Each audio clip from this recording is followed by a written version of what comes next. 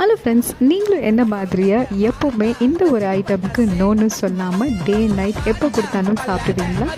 ஆமாம், ஈஸியாக சிம்பிளாக ரொம்ப ஸ்பைசி இல்லாமல் ரெஸ்டாரண்ட் ஸ்டைலில் உதிரியாக சிக்கன் பிரியாணி குக்கரில் எப்படி பண்ணலாம்னு சொல்லிட்டு பார்க்கலாம் வாங்க. மறக்காமல் சப்ஸ்கிரைப் பண்ணுங்கள். பாய்.